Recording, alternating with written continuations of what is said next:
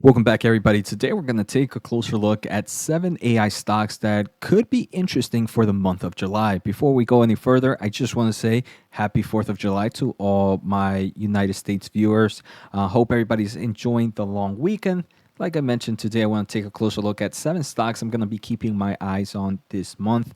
And these are stocks that I do believe can benefit from AI. We're going to get a little bit of everything. We're going to start off with some known names from the channel. Obviously, we can see AMD here. You guys know I'm a huge semiconductor company. So let's just jump into the video and let's get started. So let's take a closer look. Like I mentioned, the first company we're going to take a closer look at is Advanced Micro Devices, ticker AMD, with a market cap of roughly $186 billion. So AMD, this is a company that provides semiconductor solutions, and they have a lot of different solutions. They have solutions for the consumer market, for the kind of enterprise market with their data center solutions like their GPUs and their CPUs. So they're well positioned, like we can see from this slide, to kind of benefit from the AI space. Unfortunately, I do want to say I believe a lot of analysts and a lot of investors might be underestimating how well this company can do. We do know that that AMD is expected to release their MI300 later this year. More getting this company is sampling in quarter 3. The MI300X and the MI300A is sampling now. These are two variants. One is a GPU CPU flavor. The other one is a full GPU flavor. So I do believe both these solutions are going to create a new amount of revenue source for AMD. Maybe not this year because they are expected to come out in quarter 4 of 2023. But I do believe they can grow dramatically, or can kind of push the company's data centers to kind of grow in this next year due to the overall advances we are seeing in the software space. So right now, obviously, the biggest contender here is NVIDIA. But if you look at a lot of kind of AI push and a lot of AI talks, a lot of all these AI leaders, they want to have more than one player in this space, and they're really helping out AMD kind of create this software infrastructure. So I do believe AMD can benefit greatly from the data center space, even though I don't believe they will ever take the lead or the crown in the AI market from NVIDIA. I do believe second place is going to be really, really strong for AMD. I mean, if we take a closer look at AMD and PE ratio, right now things look scary, right? 500 PE ratio or so with the current price. Investors might be like, hey, Jose, this is crazy. But if we take a closer look at forward PE ratio, which is the end of this fiscal year, PE ratio drops down to 40. Now, if we take a closer look at PE ratio forward 1 year, so that's next fiscal year, PE ratio drops to 27.12. I personally believe those numbers aren't too crazy, not too overvalue, especially for a company that has a lot of opportunity to gain in the AI, in the data center space, from both top dogs, Intel in the CPU side, and both from NVIDIA in the GPU side. So I do believe AMD is one that can benefit this year, and it's looking pretty attractive. I like it when it's closer to that $100 price point. Again, we take a closer look at those forward PE ratios of 27.12 forward 1 year. Doesn't seem insane. Like I mentioned, right, AMD, it is expected to kind of see revenue growth next year and the year after that. Unfortunately, this year, due to macroeconomics, the company is not expected to see much. Actually, it's expected to see a bit of a revenue decline. Again, I do believe analysts might be underestimating AMD a little bit. I personally believe these estimates are on the lower end. I do believe AMD can definitely kind of surpass them. Now, the second company we're going to take a closer look at is another semiconductor space. And this is another one that's it's normal on our channel, and it's Qualcomm, ticker QCOM, sitting at a market cap of $133 billion. So Qualcomm, what I'm super excited is many believe this is a boring company, one that's not growing at rapid levels. I mean, PE ratio right now, 14.3. 12.75, and forward 1 year is expected to drop to 12.2. This is, in my opinion, a semiconductor company with a lot of growth opportunities, sitting at a very valuable price. One of the great things about Qualcomm is they are trying to create the future of AI, and they're calling it hybrid AI. And this hybrid AI is being able to do AI workloads both on local device and sending certain workloads to the cloud. So right now, most AI is being sent to the cloud, and that's using a lot of consumption space for cloud providers and costing a lot of money, and also creating latency, right? Because you have to send those workloads to the across the cloud and kind of get that response back. So What Qualcomm is doing, they do believe that they have created a lot of chips. They have a lot of chips, and they have kind of improved, provided their own AI chips on deck, for example, to be able to run AI workloads locally on devices. Right now, this is still a concept that we still haven't seen, and we don't know where the future of AI is going. But if the future of AI is truly hybrid and it's coming to local devices, I do believe Qualcomm is in a great position. Unfortunately, right now, Qualcomm is very dependent on the mobile market. We can see handset is 6.1 billion. Most of this company's total revenue comes from this space. I do believe that's going to remain the case for for at least 1, 2, maybe even 3 years, but we are going to start to see them grow in the automotive market and in the Internet of Things market. So while the handset is very important, I do believe within the next 5 to 10 years, Internet of Things might actually be a bigger portion of this company's total revenue. So I really enjoy Qualcomm. I really like their kind of on local device AI workloads opposed to sending on the cloud, and I do enjoy their idea of hybrid AI. So I'm really, really interested in this company right now. Now, the third company we're going to jump into is one in the cybersecurity. But before we go any further, guys, I'm trying to hit 30,000 subs by the end of the year. So make sure to hit the thumbs up, make sure to hit the sub, and let me know in the comments, what are some of your AI stocks that you're thinking of purchasing in this month of July of 2023. I want to thank The Motley Fool for sponsoring this video, and check out fool.com/Jose for the 10 best stocks to buy now. With that link, you get a promotional offer for the subscription service. Now, let's continue with today's episode. So Crowdstrike Holdings, ticker CRWD. Right now, sitting at a market cap of $34.6 billion. I mean, right now, we can see CrowdStrike, their ending annual recurring revenue was roughly $2.7 billion for the first quarter of their fiscal year of 2024. I do believe by the end of this year, it will be more like $3.2, $3.3 billion. And with that, that would kind of give this company roughly a 10x on annual recurring revenue. And to me, that's not a crazy valuation. CrowdStrike is definitely a leader in the cybersecurity market, especially when it comes to AI. AI is one of the reasons CrowdStrike is the company that they are today. So CrowdStrike is in an emerging market with a 10x valuation, which I don't think is crazy for this year's estimates. Plenty of cash at hands, positive in cash flow from operations. And they're also kind of introducing new AI solutions. Most recently, they introduced Charlotte AI, which is a new generative AI security analyst that uses the world's highest fidelity security data and is continuously improved through a tight human feedback loop from usage by CrowdStrike's industry's leading threat hunters. So right now, I do believe AI, to some extent, is creating a lot more cyber threat, and companies like CrowdStrike are going to continue to provide great solutions and are going to continue to show why they are the winners in this space. Like I mentioned, when I looked at annual recurring revenue, I do believe it's at a 10x at this year's estimates. But if we look at price to sales ratio, it's a little not that crazy either, right? Price to sales ratio forward is around 11.4, roughly where I was talking about. Forward 1 year is about 8.8. So again, I do believe this is a company that's in a growing market, great financials, and valuations is not crazy. Now, the fourth company is one that I believe is one that doesn't get talked about a lot, and that is Autodesk. I do believe, like I've talked about it in numerous episodes, where I do believe artificial intelligence, especially generative artificial intelligence, and in my opinion, that's one of the big cases happening right now, is going to help out a lot of the creativity and the kind of the simulation market. We're seeing it with Adobe, we're seeing it with Unity. Autodesk, I do believe, is another one that can benefit from it, sitting at a market cap of $43 billion. Autodesk, we can see total revenue, even though it is a slow grower, total revenue was up 8% in the first quarter. They are super positive in cash flow. They are super positive in free cash flow, roughly $714 million. So over 50% margins on free cash flow. This is what you like to see. They also mentioned that they are deploying next generation technology and services and end-to-end digital transformation within and between the industries they serve.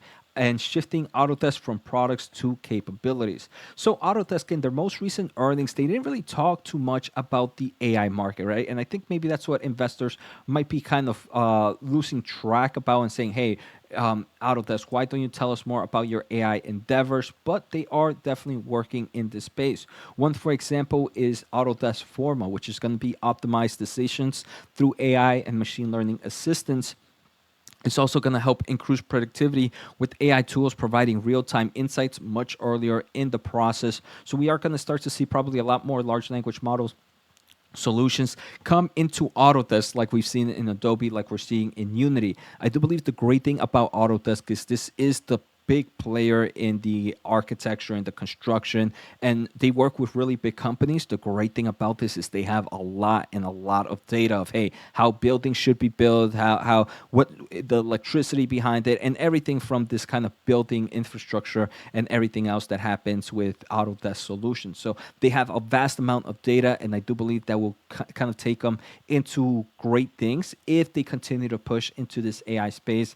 I want to say it does seem like they might be going slower than some other big, it's slower than maybe like your Adobe and Unity, even though it's not the same markets.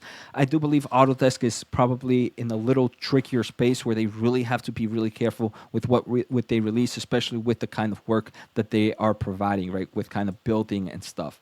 So one thing that I do want to mention that's really kind of slowing Autodesk at the moment is Autodesk is changing the way it does some kind of buildings. So normally, let's say you were a big company, you can kind of pay. You had to pay for 3 years upfront, and that would be really good for this company's cash flow margins. Now, let's say you are a company that's doing a 3-year contract. You're not paying all 3 years upfront. You're going to be doing more on a yearly basis or an annual recurring. So that's obviously going to impact the company's kind of cash flow margins for a bit, and we're going to have to see how that's going to change in the upcoming quarters. I personally don't think that's a big deal. I don't think there's much competition for Autodesk in this space, so those players are going to continue to come back for this company and for their solutions. Autodesk, I really enjoy looking at price to free cash flow for Autodesk, as this is a free cash flow monster. Obviously, it's going to change a little bit with these changes, but I still believe it's trading at a pretty interesting valuation. If we take a closer look at forward EV to EBITDA ratio, is sitting around 21.5. Again, Autodesk, in my opinion, is a company in a great solution. They don't really have too much competition. They're really efficient in cash flow margins, and overall they are expanding into the AI technologies. So Autodesk is also looking pretty interesting. Now the next one, I believe this is number 5, is going to be Twilio. So Twilio, in my opinion, is more of a comeback story with AI. Twilio right now sitting at a market cap of $11.8 billion. We can see from its 5-year high, or its all-time highs, I believe, the stock is down over 85%, definitely taking a huge beating. I believe that Twilio right now is being treated like it's going to be game over. Price to sales ratio is in the low 2s. But I do believe that Twilio is creating a lot of new AI experience. For example, they just kind of partner up with Google Cloud to kind of increase their AI customer experience. They also recently announced that Twilio and Frame AI are doing a partnership to increase the contact center experience with AI. We also saw on June 6th that Twilio debuts customer AI ahead of Signal 2023. So for those that are not familiar with Twilio, right, this is a company that helps you communicate with your customers via APIs. So you can have a text messaging API, email API, or whatever to connect your app to be able to communicate with your customers.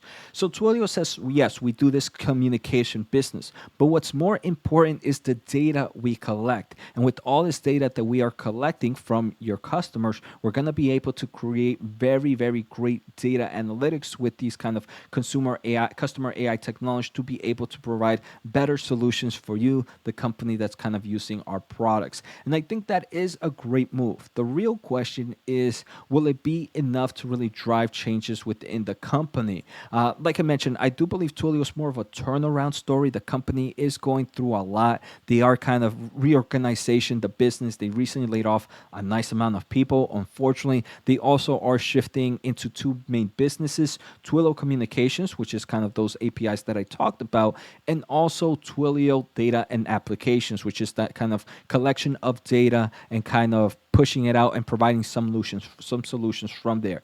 So again, I do believe Twilio, it's making great moves, right? It's definitely making great moves, but unfortunately, we can see dollar net expansion is decreasing, organic revenue trend is decreasing. We're also seeing kind of non-GAAP profits decreasing. So overall, while the company is making great strides, their financials are definitely taking a hit. And this is why I consider Twilio a turnaround story. I personally believe that they are going in the right direction, but even if they are going in the right direction, things can still get a little bad from here. So I enjoy Twilio. I do believe AI can benefit from them, but it's definitely one of those riskier ones that I've mentioned today. Next, number 6, I wanted to take a closer look at an ETF, and this is the Roundhill Ball Metaverse ETF. So the Metaverse is boring and is old, but I do believe the Metaverse has to do a lot with AI.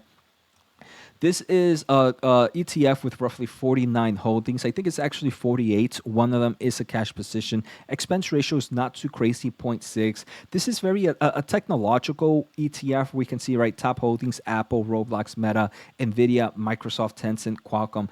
And in my opinion, these are kind of positions that right now, maybe I wouldn't buy individually, but I wouldn't mind getting kind of a basket approach, and a basket approach within a very concentrated market. A lot of the companies, some of the companies I talked about, Qualcomm and Autodesk, are in this list already, right? So you can see it's kind of going with that kind of basket approach. I really enjoy it. I do believe that, again, a lot of great companies here, especially in their top 10 holdings, that can benefit from the AI space. Microsoft and Nvidia and Meta platforms are 3 that I believe are growing dramatically, but I personally at these levels wouldn't purchase them individually, but maybe I wouldn't mind kind of going in a basket approach.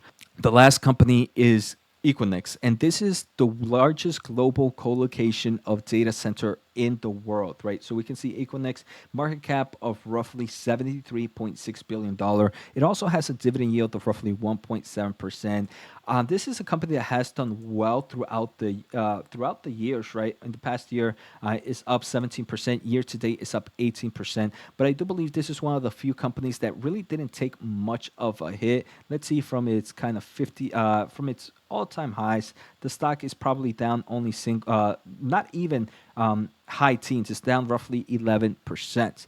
But what's super exciting about Equinix is this. This is a company that can grow dramatically because of the different markets. Digital demand continues to accelerate, right? In the 2010s, it was the growth of cloud. In the 2020 to 2022, it was the growth of cloud thanks to the pandemic. And now in 2023 is the growth of AI. Is going to continue to push this company to grow even more and more. They do believe that their serviceable addressable market is growing dramatically. AI is expected to be $21 billion by 2026. Hybrid is expected to be $51 billion. Retail, roughly 52. Hyperscalers, roughly 10. So overall, the market does believe that they believe that this market can continue to grow for them, and AI is definitely going to be a really, really important place for them. If we want to take a closer look at some of their customers, they showcase some of these customers, right? Their cloud on-ramp availability. Their cloud service providers are huge. For example, they work with AWS, Azure, Google, IBM, Alibaba, Oracle, and the list goes on and on. And we can see how they're all globally, all around the world, across 6 continents. Across these 6 continents, in the past few years, they have also increased the amount of expansion they're doing. They are expanding a lot in Latin America. Let me just scroll back up. I kind of missed it here.